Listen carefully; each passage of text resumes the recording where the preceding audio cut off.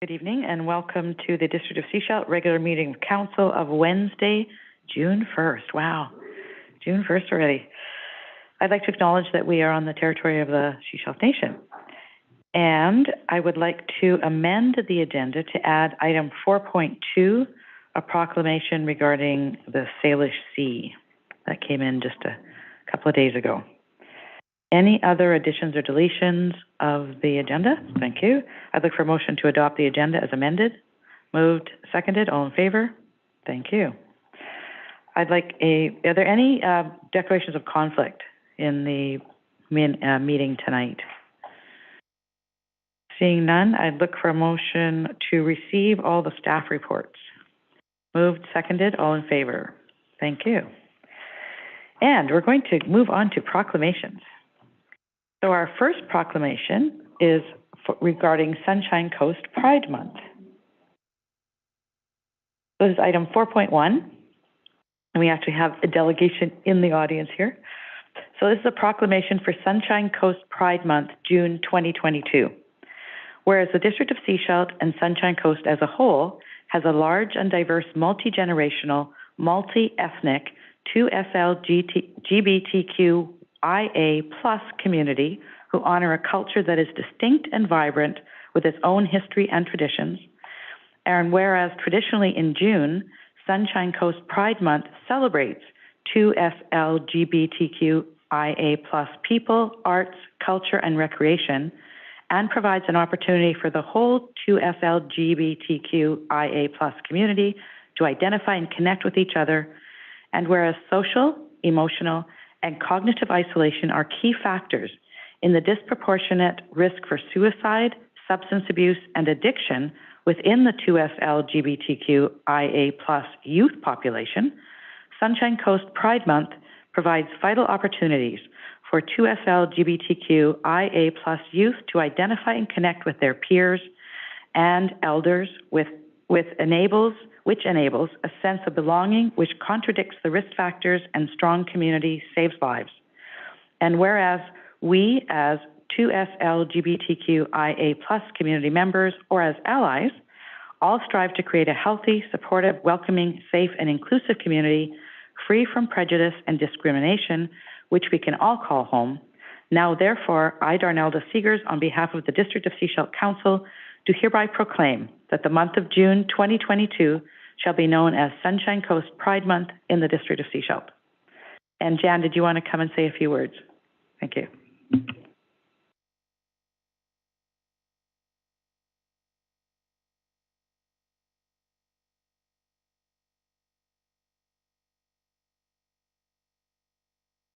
As the queer rep, I don't know what that means, but anyways, you know what I found is that, you know that alphabet soup that you were reading out, it's easy. I find it easier if you say, instead of 2S, if you say two-spirit, and it just, I'm sorry, it flows. I'm French. What Thank can you. I do? It seems to flow a little bit easier. But yeah, it's just, you know, it's kind of important to have all those little bits and pieces in it. But, you know, there's the plus at the end as well. So So, thank you everybody for being here tonight. As some people know, I'm not really a public speaker. I'm a visual artist and a writer, so I will probably end up reading what I wrote, just so that I don't miss anything.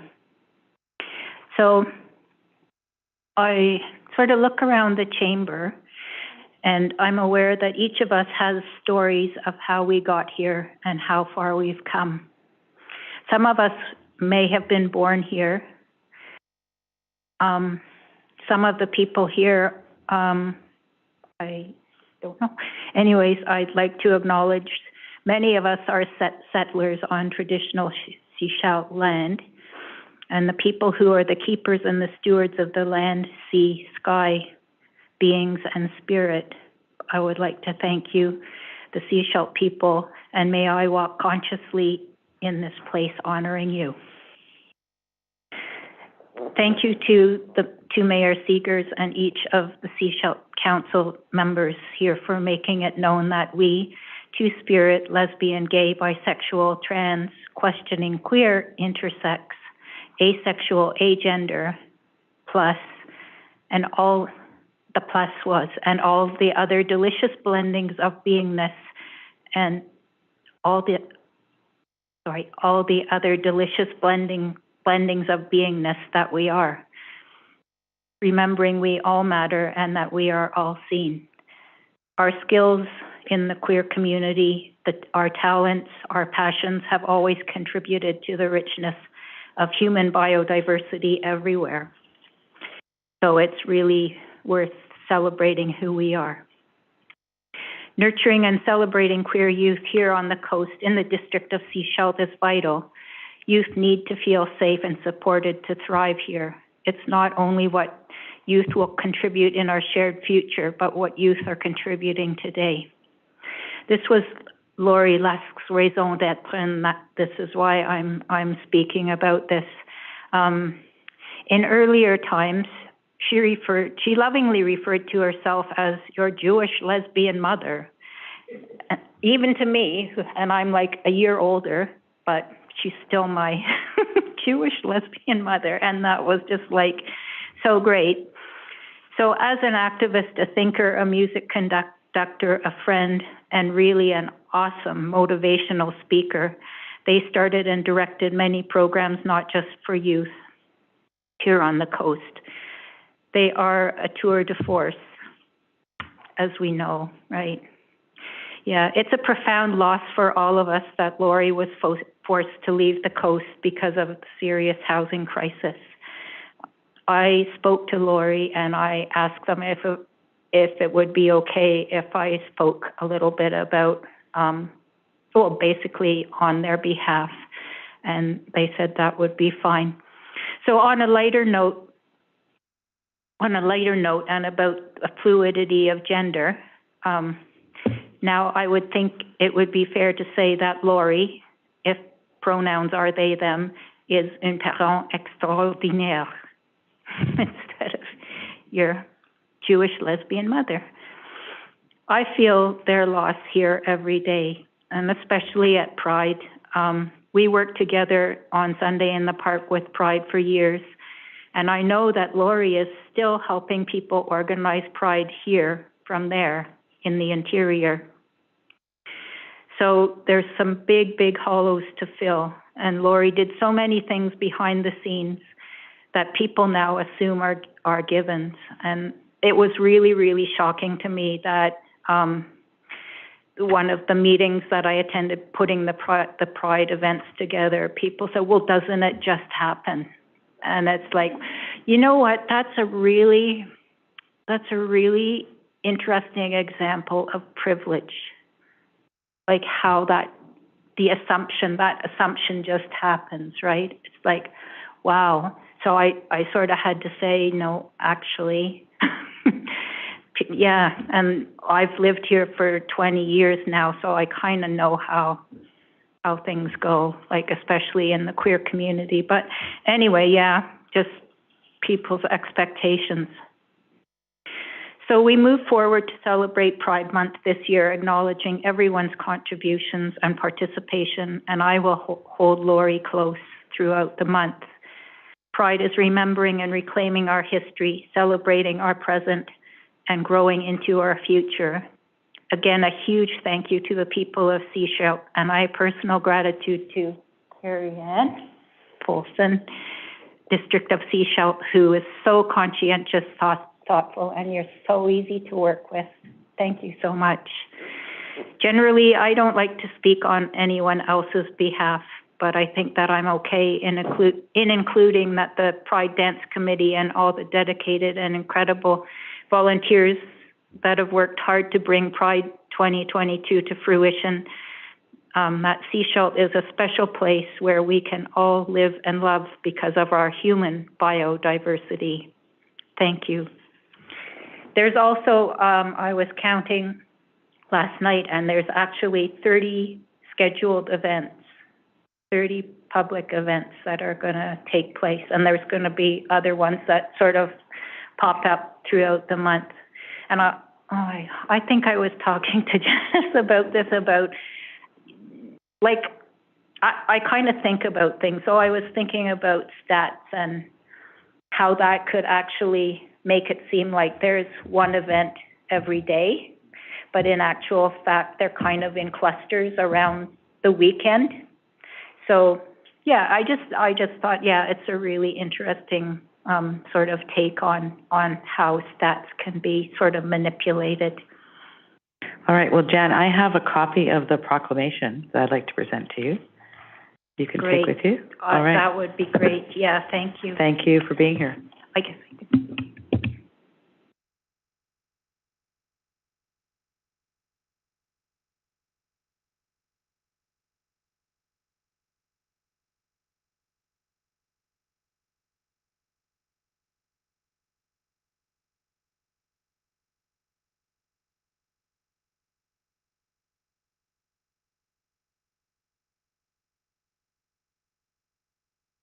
All right, we'll move on to item 4.2, the second proclamation.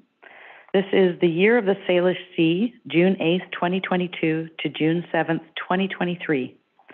Whereas the Strait of Georgia, Strait of Juan de Fuca, and Puget Sound are collectively known as the Salish Sea, however, as of 2019, only 15% of British Columbians could identify the waters of the Salish Sea. And whereas in Canada, the Salish Sea and its watersheds are managed under multiple jurisdictions of government, including the Indigenous, federal, provincial, regional, and municipal, with limited coordination. And whereas the Salish Sea is witnessing devastating biodiversity loss, namely the risk of extinction of over 100 species of birds, fish, invertebrates, mammals, and key species, including salmon and the southern resident killer whales. And whereas the Year of the Salish Sea would support collaborative local action between Salish Sea stakeholders, strengthen organizational programming for impact and awareness, educate the public, amplify existing work, and inspire action from individuals, organizations, and governments on the Salish Sea. Now, therefore, I, Darnelda Seegers, on behalf of the District of Sechelt Council, do hereby proclaim that June 8th, 2022 to June 7th, 2023 shall be known as Year of the Salish Sea in the District of Sechelt. Thank you for that. We will move on to item 5.1. This is minutes of the 7 p.m. regular council meeting of May 18th, 2022 for adoption. Are there any errors or omissions in these minutes? Councillor McLean. Yeah, I just noted that Gary Feschek, his title is incorrect. It says former CII chief and co-chair. I believe that should be Sechelt. Page 6.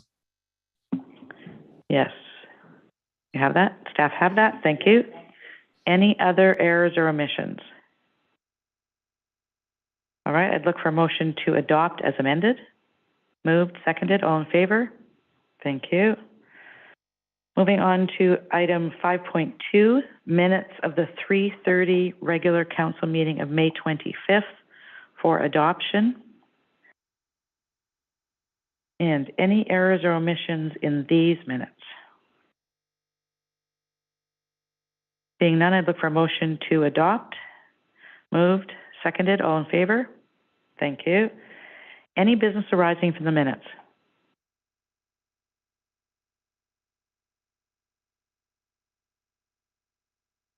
Seeing none, we'll move on to committee and commission minutes. Sewer Facilities Commission minutes of May 11th, and Councillor Toth actually indicated there's an error in these minutes on page 21. Item 3.8, third bullet down. And we have some amended wording. So where it says along the highway between Osprey Street and Tim Hortons, we would say along the highway from the Selma Park subdivision to Tim Hortons. Any other errors or omissions in those minutes? Seeing none, I'd look for a motion to receive the minutes. Moved, seconded, all in favor? Thank you. Then Airport Development Select Committee meeting minutes of May 25th. These are for receipt and endorsement. And I'll draw your attention to page 25, where there are actually two recommendations. So if we receive and endorse these minutes as presented, we would also be moving forward those two recommendations. Councillor Toth? Thank you. Just real quick with regards to the first recommendation, is this project's contingent on us getting the logging done up in the airport to fund that work. So I'm just wondering what the timing looks like with this and with that logging, if we've got any movement at all. I'll go to the CAO for that. Yes, thank you, Your Worship. The CFO is working with the community forest on when the clearing could take place and getting a bit of grip on the valuation to see if we can go ahead knowing it's coming in on a firm date. Then we can put the P out earlier so that we're ready to go the moment the money does come in. Or we can come back to council and ask for an advance to get it done. Okay. Any other questions? Councillor McLean? Yeah, just on this second recommendation, what would be the cost of joining the BC Aviation Council?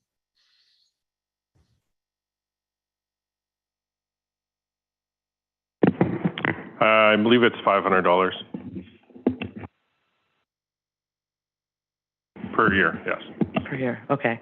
And I think this one I think is a recommendation. I think we're still going to have to look at whether or not this is something that we want to do. The members of the committee indicated that there's a lot of networking, a lot of learning about actually how to work with an airport in a municipality. But I think that's something that we would want to do some more work on, look at whether or not we actually do that. That's a recommendation to council, and we can do with that what we want. Go ahead. BC Aviation Council is the trade association for aviation in BC. They have a large contingent of airports that are members. Part of the group is the airports committee that goes through also a host of issues of governance, security, funding, all sorts of challenges. So the airports committee side of it is actually probably the most active piece of the BC Aviation Council. So the members feel that you get good value out of that membership, definitely for getting information and having a source to go to ask questions.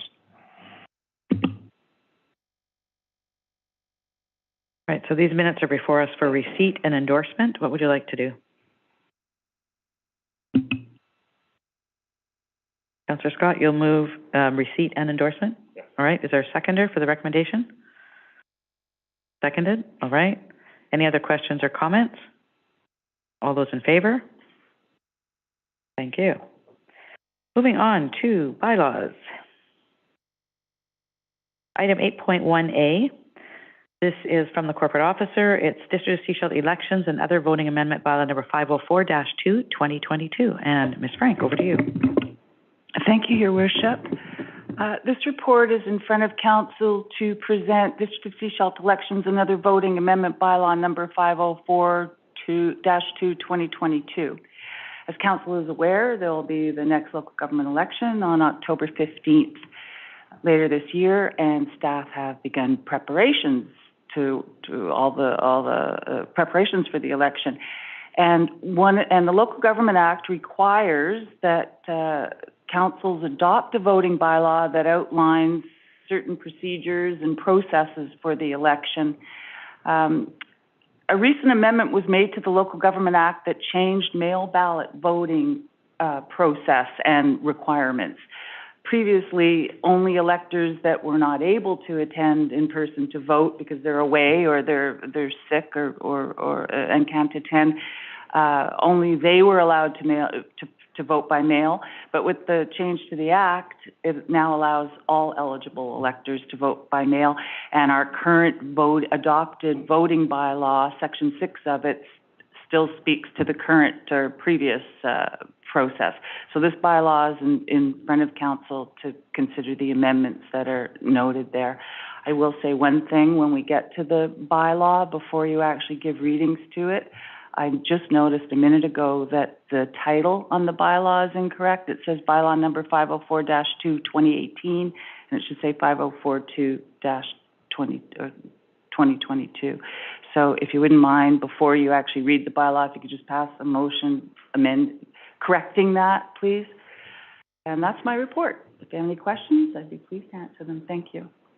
Council, any questions of our corporate officer? Councillor McLean.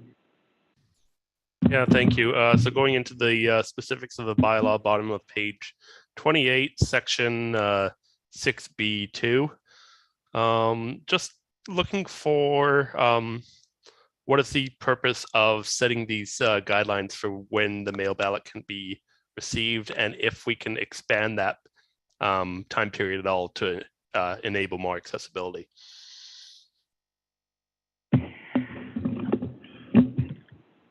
The Local Government Act requires that we set out the procedures to be followed, but we've also received legal advice over the years that says that it's a good idea to actually establish what the procedures are. You know, there are a number of items in a general election that are at the discretion of the Chief Election Officer. The Local Government Act establishes that. But there are others that are really up to council, and we want to make sure that council and all potential candidates and the public all understand the exact process to be followed, so it doesn't turn into, you know, a chief election officer being pitted against a potential candidate trying to justify the procedures and to keep them consistent. So that's why. So I'm not sure exactly what particular item Councillor McLean was talking about possibly changing, but that's the basic reason why we have the procedures we have there. Councillor McLean. Yeah, maybe I'll be a bit more specific. So bottom of page 28 of our agenda, it says, upon receipt of a request for a mail ballot, the chief election officer or designate shall no later than 12 days before election day and up to 4 p.m. on Thursday, 2 days before election day, make available a voting package. Can we make that more than 12 days before? Your Worship, through you, not really, because if you do the count back from the nomination period, when that closes on September 9th, to the time it takes to actually prepare the ballots with all the nominees on it, you're not too far before 12 days. As a matter of fact, you'll note that the language is no later than 12 days. That can be tight at times. So basically that's it. We have to have the ballots printed and back with us in order to put them in the envelope that we mail out. And then the 2 days before general voting day, I note that we do receive mail ballot voting or mail ballots right up until close of polls at 8 p.m. on October 15th. But it's just saying that we are only going to mail them out up till 2 days before, because A, there's a good chance the mail's not going to get there, and B, we have staff at that point have a number of other responsibilities and tasks to carry out. So at some point we have to cut off mail ballot voting, the mailing out of them. Perfect. Right, Thanks any for other that questions? additional detail. Thank you. Any other questions or comments on the bylaw in front of us? All right, so recommendation 2. So we would like it to say that council amend the bylaw to indicate 2022 and then proceed with giving first, second, and third reading to elections and other voting amendment bylaw. That'll work, okay. Moved, all right. Is there a seconder for that? Seconded? All those in favor? Thank you. So then item 8.1B is before us for first, second, and third reading. So this is District of Sechelt bylaw number 504-2-2022, a bylaw to amend certain procedures for the conduct of local government elections and other voting, and look for someone to move first reading. Moved and seconded, all in favor? Thank you. And the District of Sechelt bylaw number 504-2, 2022, a bylaw to amend certain procedures for the conduct of local government elections and other voting, and someone to move second reading. Moved and seconded. All in favor? Thank you.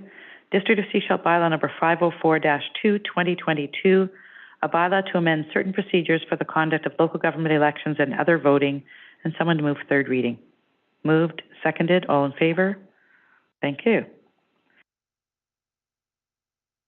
Moving on to item 8.2. This is a bylaw to rename Sandpiper Road right-of-way to Brackett Road. And this was before us last week before last. All right, so there's a recommendation that council give first, second, and third reading to road naming bylaw number 606, 2022, Brackett Road. What would council like to do? Councillor Toth? I'll move the recommendation as presented. Thank you. Is there a seconder? Seconded. All those in favor? Thank you. We'll move on to the actual bylaw, 8.2B. This is before us then for three readings. District of Sechelt bylaw number 606, 2022, a bylaw to name a certain road within the District of Sechelt, Brackett Road. Someone to move first reading. Moved, seconded, all in favor? Thank you. Then District of Sechelt bylaw number 606, 2022, a bylaw to name a certain road within the District of Sechelt, Brackett Road. And someone to move second reading. Moved, seconded, all in favor? Thank you. And then District of Sechelt bylaw number 606, 2022, a bylaw to name a certain road within the District of Sechelt, Brackett Road, and someone to move third reading. Moved, seconded, all in favor.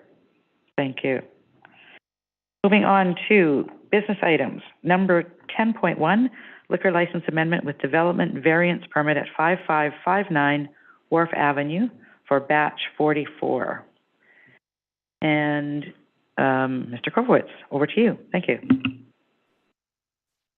Thank you. Oh, pardon me, I'm sharing the wrong screen. Correct that.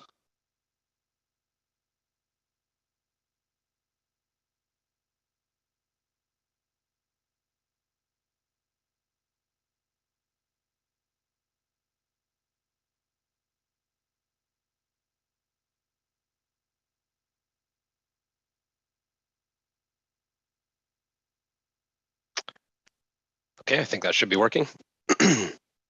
Great. Tonight, I am happy to present a application for a permanent outdoor patio in relation to an existing liquor license at 5559 Wharf Avenue for batch 44 brewery. The proposal is to allow a temporary outdoor patio along in the same, essentially the same location as a temporary outdoor patio has been located for the past 2 years. The COVID pandemic authorized the temporary expanded service area program from the Liquor and Cannabis Regulation Branch that allowed a transfer of capacity from inside a business establishment, restaurants and bars to the outside to account for social distancing.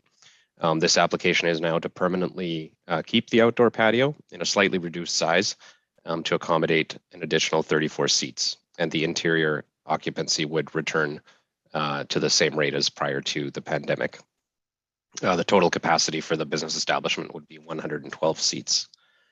This does require additional parking on site, and the business would be able to accommodate this parking, but the Wharf Avenue pedestrian improvement project is resulting in the loss of approximately 6 parking spaces that are currently in a angle configuration or perpendicular configuration along the front of the building, and that will be reconfigured to a parallel configuration within the property boundary.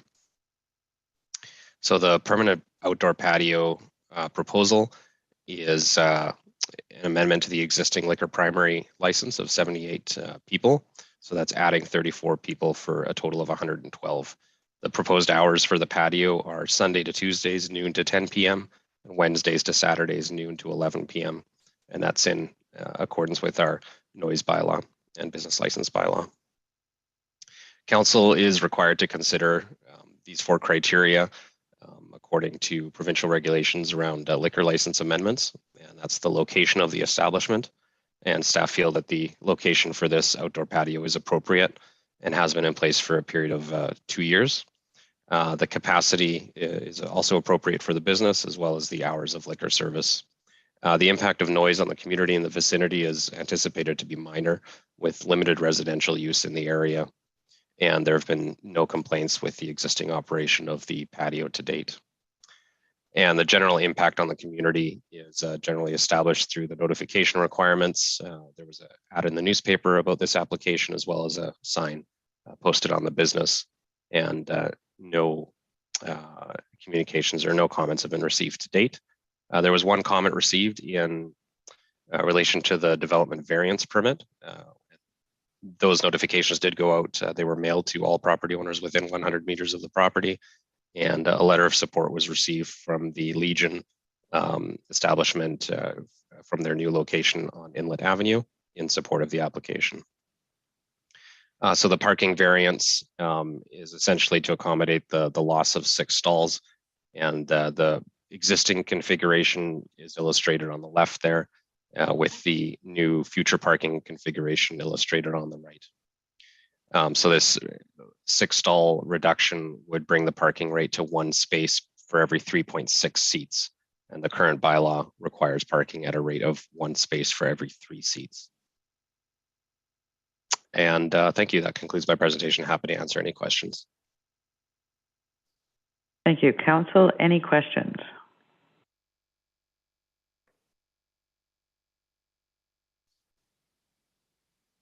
I'm just going to see if I can see everything here. All right. Any questions, Council? No questions. There are some recommendations on page 34. What would you like to do?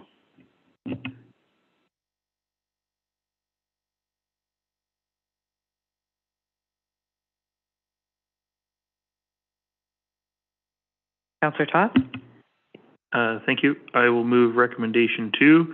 That council has considered the following prescribed criteria: the location of the establishment, the person capacity and hours of liquor service, the impact of noise on the community in the vicinity of the establishment, the general impact on the community if the application is approved, and comments received from the development variance permit notification procedure. Recommendation 3, that council recommends approval of the permanent outdoor patio at batch 44. And recommendation 4, that development variance permit 2022-02 be approved and issued. Thank you. Is there a seconder for the recommendation? Seconded. All those in favor? Thank you very much. Moving on to item 10.2. This is a request for decision for park renaming Ebtide Dog Park to Jane Bowers Dog Park. Sorry, and Mr. Anderson, over to you. Thank you, Your Worship and Council. Before you is a report requesting council direction on a park renaming request that has been brought forward to staff for the new dog park at Ebtide and Trail. Up until now, it's been known as Ebtide Park. To date, we've had over 75 people petition staff to consider renaming the park after Jane Bowers, who many of you may know passed away this past December. Some of us did work with Jane. She was a bylaw officer back in the day here. As you've read in my report, Jane was very involved in the community and specifically did a lot of work with dogs and animals. And staff recognized that her contributions to the community are in alignment with considerations in policy 5.1.3 and are therefore presenting this request for consideration on behalf of the petitioners. If there's any questions from council, I'd be happy to answer them at this point. I would also like to point out this is slightly an unusual circumstance in that although technically speaking, we're asking for a park to be renamed, it hasn't actually opened to the public. It was referenced in the landscape plans and the master plan, sorry, I should say, for that area back done by, I think it was PMG landscape consultants. But yeah, if there's any questions, I'd be happy to answer them. Thank you. Councillor McLean. Yeah, just have a procedural. The recommended motion is that consideration be given. So what is the difference between that and actually renaming it? Well, I could ask the corporate officer to also jump in on that part of it. But I think that in our parks naming requests, I think there's a part under 1B that asks for notification will be made to the public that a request to name a park has been received and input from the public will be sought. So maybe that's where that part could be considered, but I'll let the corporate officer jump in if she's got something to say. Your Worship, the main reason the recommendation reads that way is because staff are recommending that council consider it. Where we didn't take a side one way or another. The petition came in, and so our recommendation is that council consider naming it that. If I may just comment on Mr. Anderson's other comment that he's just made, that is part of the reason. Another piece to that is because as the policy says, one of the items in the policy says that for council to consider renaming a park, must receive a petition of residents within a half kilometer around the park.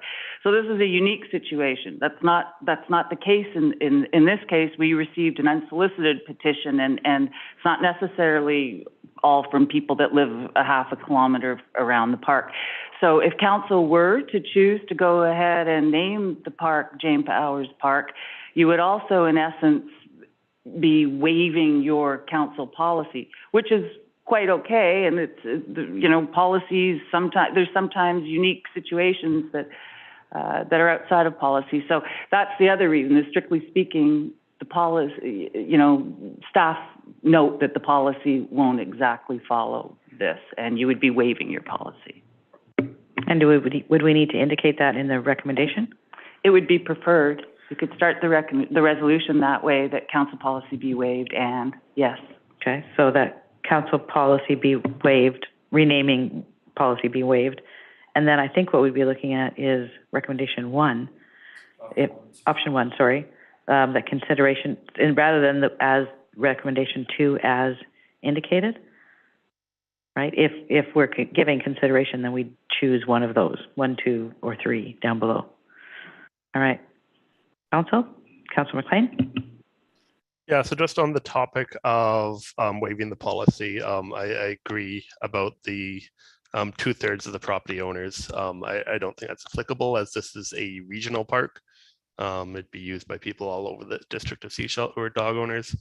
But however, I think we can do a little bit of notification, put out a simple ad in the paper, just let the community know that we're considering this. I think just a very basic consultation, because although we did receive a ton of, I guess, 75 petitioners, there was some dissenting opinions that perhaps we should rename it with an Indigenous name, which I think would be appropriate as well. So I just want to hear a little bit more of that if possible. So a question of Mr. Anderson, what is our timeline for potential opening of this park? Because I think what we want to do is get the name in place so that when the opening happens, it's there. We have a timeline? I would agree. I would say as we speak, the park is open for public use. The fencing and the gates are installed. There is a porta potty. The park is usable. I was hoping for an announcement possibly next week to announce an official opening date, and without a sign or without a name chosen. It won't affect the use of the space for now, but it would be nice to keep this moving. All right, Councilor Scott. I think we've heard enough from the community. I think I'm perfectly fine to waive and move forward with it being renamed as Jane Bowers. However, that recommendation has to be said. And you'd like to make that recommendation? I'll make that recommendation. All right, then there's a seconder for that. Any other questions or comments? All those in favor? Thank you. All right, go make your sign. Thank you very much. Good night. Thank you. Good night. Moving on to item 11.1, council reports.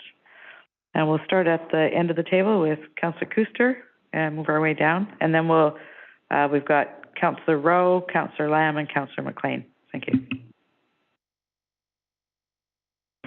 Okay, so I actually attended a lot of things this last few weeks. First, library board.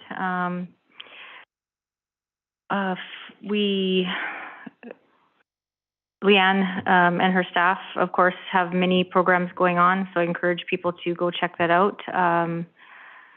She has, they just completed the income tax preparation at the library, and I think it was 166 income taxes that that Terry prepared, so that's pretty impressive. They have received quite a few grants. They've received around $7,500 for Playaway launch pads. They're just in the process of getting those ready to be put out for the public. Sunshine Coast Healthcare Auxiliary Grant was around $3,500, $1,430 from the Sunshine Coast Foundation.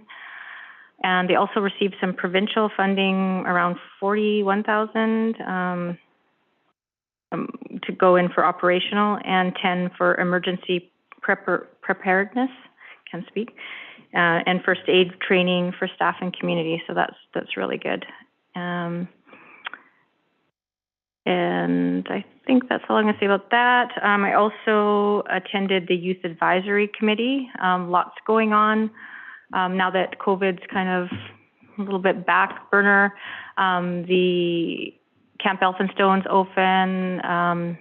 They've they basically have full registration. It's going to be a busy summer. Seashell Community School, the youth center is continuing with their good attendance in general. They've lost a few people. One was Skylar Moore, and actually did see a drop in attendance after she left because she had such a great repertoire with the youth. This Sunday is the Pride event at Mission Point at the pier, and the parade starts at 12. They have a hip-hop, queer dance on, can't remember the exact date, I'll have to get that later on.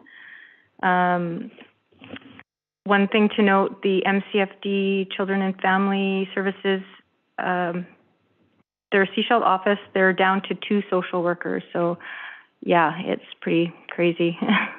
So that's been a bit of a challenge for them. And that's it for that. Attended Community Association the other night with Mayor Seegers and Councillor Scott. And today, I was privileged to be part of raising the progress flag for Pride Weeks, and I got to say a little speech, and I actually was very honored to be doing that, so that's it. Oh, and I do want to say it's, Pride Month and it's Indigenous Peoples Month as well. Thank you. Thank you.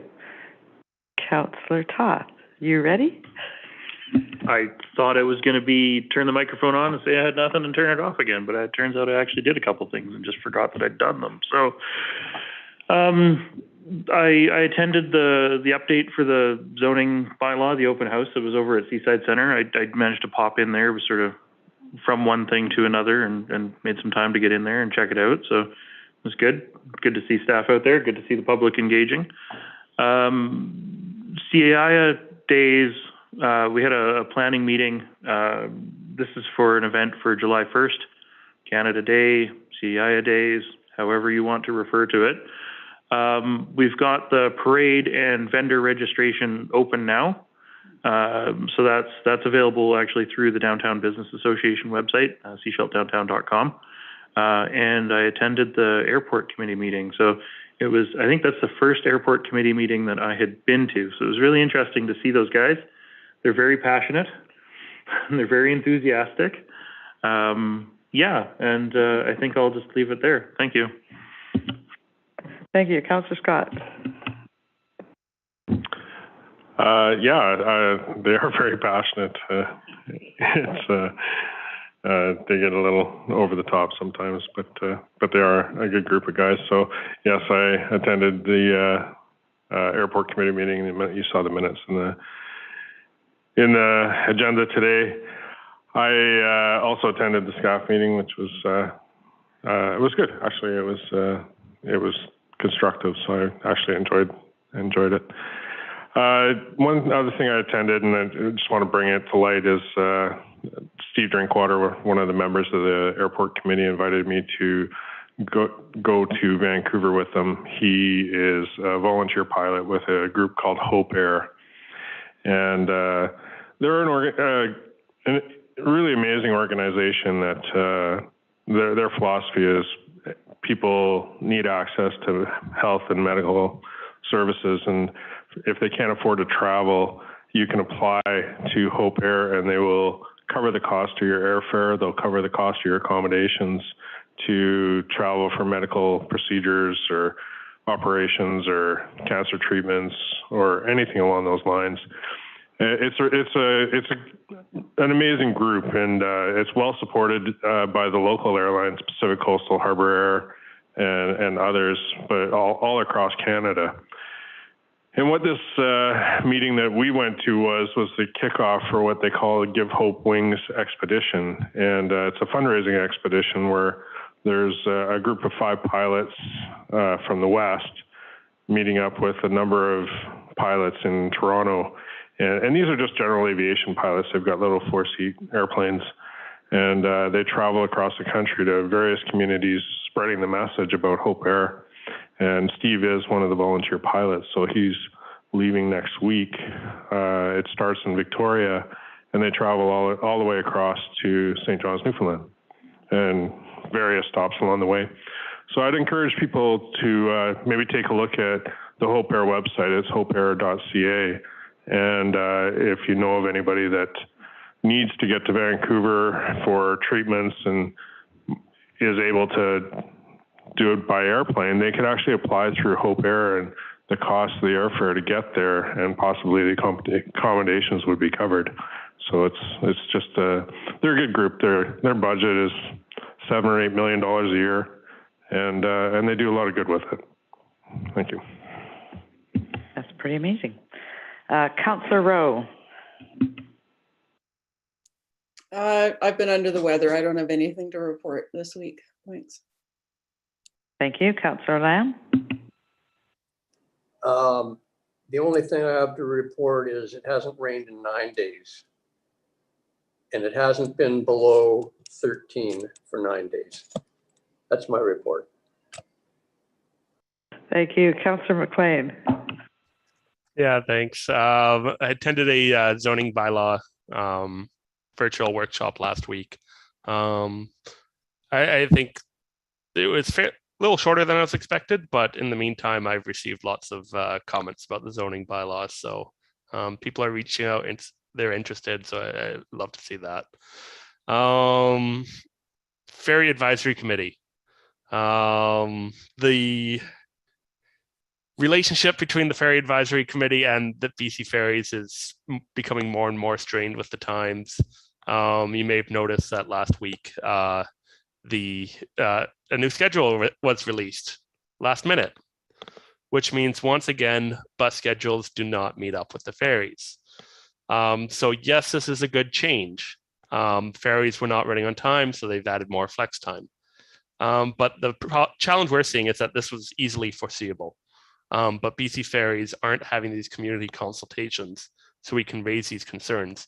They're making these changes and notifying the FAC retroactively. So it's like we're an afterthought. And so this revised schedule is going to go into mid-June, then we get into the summer schedule. Unfortunately, the summer schedule is not going to be like it was in previous years. It's going to be similar, but on Tuesdays and Wednesdays, they're only going to run one boat. Normally, they'd run one boat in the morning and the other in the afternoon.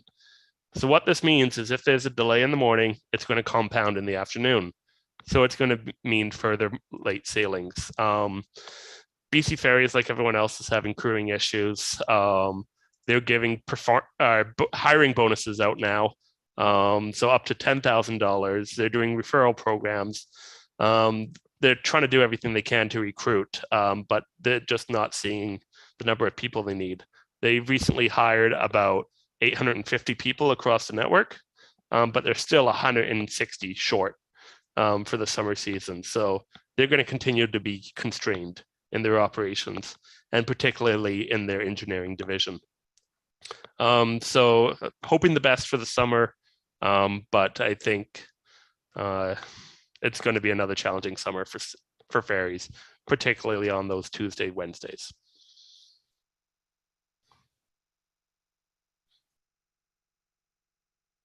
Thank you. Not encouraging news. I'm going to report on a few things. There was a meeting with Ministers Cullen and Conroy. So Minister of Municipal Affairs Cullen brought Minister Conroy as well, and that is to do with Emergency Management BC. So one of the things they mentioned, the focus of this was on the wildfire season, the upcoming wildfire season. What they indicated is that they are funding it year-round now, rather than bringing crews on, in the spring through to the fall. They're looking to fund it year-round and staff it year-round. So there's work to be done to bring that up, to bring it into fruition, but that's the focus. The SCRD is doing water strategies, open houses right now. There's also a survey. Please fill them out, attend one of the sessions. I had an opportunity to do a tour of the Seashell Courthouse, and I had a couple of staff members with me. I've never been in the building. I keep getting invited to come and tour it, so it's quite neat. They set it up just this past week. They're using a lot of technology as well, as everybody else is. So they can do have a judge remotely. They can have some of those who are charged remotely. So there's all kinds of configurations they have. They indicate that they have court 5 days a week typically, and most of the sessions are open to the public. So if you've never been in there, we handle because we aren't. We're a smaller center. All of the court, except for federal, Supreme Court kind of things, all other courts happen in our courthouse. In the Lower Mainland, they're split up. So you would do family court in one location, you would do small claims court in another one. It's all handled in one here. So everything comes through the one courthouse. I had a meeting with the Early Childhood Education Division of Capilano University, and we've been doing a lot of work over the last while to encourage or set up the process whereby local residents who would like to be trained as ECE staff can get their curriculum here. And what they have put in place for this fall is an evening and weekend program that you could start in September and be finished in a year and have completed your program. So they had an information session on one night this week. I don't remember which day it was that we met, and they had 9 potential students. We'd like to get the message out to the community that there are going to be lots of spaces opening for staff in the next year. The school district got funding for daycare, childcare at West Seashell Elementary and Seashell Elementary downtown. District of Seashell got funding for a daycare facility for up to 77 students. That's before and after school care as well as childcare. Mommy Mon needs staffing. So it's a good job, very decent wages. The province is subsidizing wages as well for those who are certified. If you want more information, we can make sure that you get into this program and come out to a job. I attended the emergency housing meeting yesterday, and they introduced the new housing program manager, the homelessness coordinator, both working under the Sunshine Coast Affordable Housing Society. They also indicated that they believe they have funding for a rental incentive coordinator. So to start looking at how to bring those who are looking for places and those who are wanting to have places filled together. So we'd have actually something local to deal with. I think that's all I have. I'll move over to the SCRD report, and it's in your agenda. Are there any questions for Councillor Toth?